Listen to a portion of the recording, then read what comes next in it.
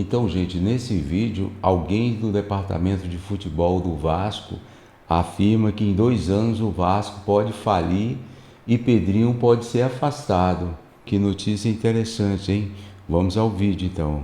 Ebulição que está vivendo aqui os bastidores do Vasco. A gente tem uma guerra declarada do associativo com a 777. A gente tem um grupo que comprou o Vasco que é inoperante, que já se mostrou aí um desastre como gestão de futebol, como gestão financeira, como tudo.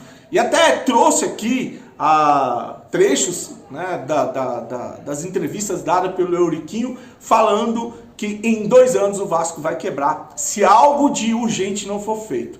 Quando eu trouxe isso, teve um monte de gente aqui que aí já começa a detonar por causa, não se atém ao que o cara está trazendo de informação. Eu tive contato, eu estou tendo informações sobre o contrato, e isso é o pior crime cometido com um clube de futebol, e o Vasco vai quebrar. As pessoas, elas se fazem de surda porque é o Euriquinho. É o Eurico que fudeu com o Vasco, então eu não vou nem ouvir.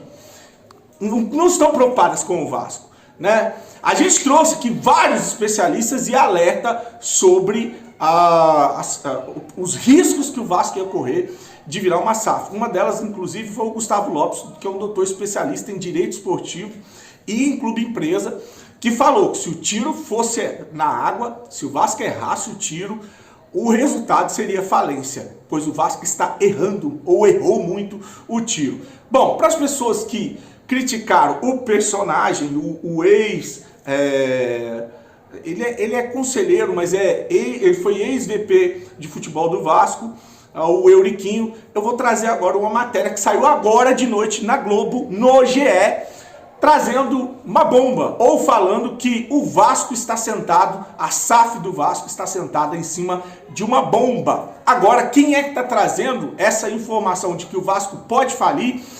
É o VP, ou vice-presidente jurídico do Vasco.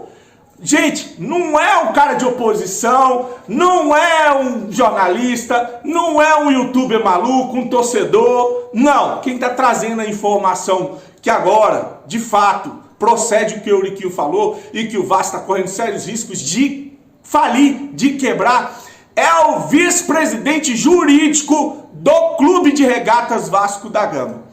Então eu vou ler trechos dessa matéria que está no GE, né? O nome do cara, vice-presidente da gestão Pedrinho, é o Felipe Carregal, né? Ele foi procurado pelo GE para dar explicações por que o Vasco não publicou o balanço, né? E aí, inclusive, então eu vou falar sobre essa situação antes de ler aqui o trecho da reportagem a respeito dos riscos que o Vasco está correndo, né? Ele fala que a culpa foi da gestão Salgado por ter demitido funcionários do departamento financeiro, reduzindo o quadro, e aí complicou a situação para eles trabalharem o balanço e estourar o prazo. Só que tem uma lei, que é a Lei Geral do Esporte, né, de 1998, que prevê obrigações contábeis de ligas esportivas, entidades e clube, né? E em caso de não cumprimento dos prazos determinados, estourou, não entregaram, era para ter entregue ontem ou foi anteontem, né? Há possibilidades até de afastamento do presidente. Então, pela lei de 1998, né, a Lei Geral do Esporte, o Pedrinho pode ser afastado da presidência do Clube de Regatas Vasco da Gama por causa do atraso na entrega dos balanços. Então tá aí, só para ficar claro, o Salgado já se posicionou dizendo que é o Pedrinho tentando tirar a responsabilidade e a culpa da gestão dele. Tá essa guerra agora entre os roxos e amarelos. Agora nitidamente a gente percebe que no Vasco está um descontrole total, né? Há um próprio racha na diretoria, um se culpando, criticando o outro, a SAF, então tá aquela bagunça geral, né, no time. Vou falar aqui da situação que o vice-presidente jurídico do Vasco da Gama trouxe ao GE, abre aspas, ele fala o seguinte, ó, no português claro, estamos enxugando o gelo. Todo mundo sabe que essa estratégia não ataca a origem do problema. A dívida nunca será paga. Em resumo, a situação é péssima. E pior, continua crítica, considerando o aporte desse ano e o do ano que vem, que será o último. Mesmo assim, a Vasco SAF continua no vermelho. Estamos muito preocupados com o futuro do Vasco da Gama.